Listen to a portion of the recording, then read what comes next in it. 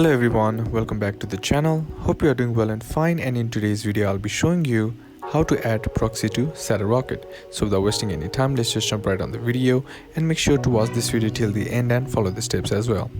So the first thing that you need to do is open up a Shadowrocket app, and once you open it, here what you need to do is tap on add server or the plus icon on the top right corner of the screen. Once you do that, here what you need to do is you'll be sent to the add server page.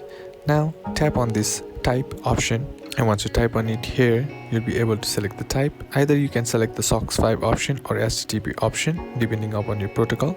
And once you do that, here what you need to do is fill up your information like address, port, user and password. And once you have done with all that and completed all the process of information, simply tap on save on the top right corner of the screen. And once you do that, simply tap on connectivity test, and once it is successful, all you gotta do is tap on this or toggle this on. And now if it's your first time, then it will ask you this on your screen. Simply tap on OK, and now tap on allow, and once that's done, you'll be successfully able to add a proxy to Shadowrocket. And that's basically how you can do it.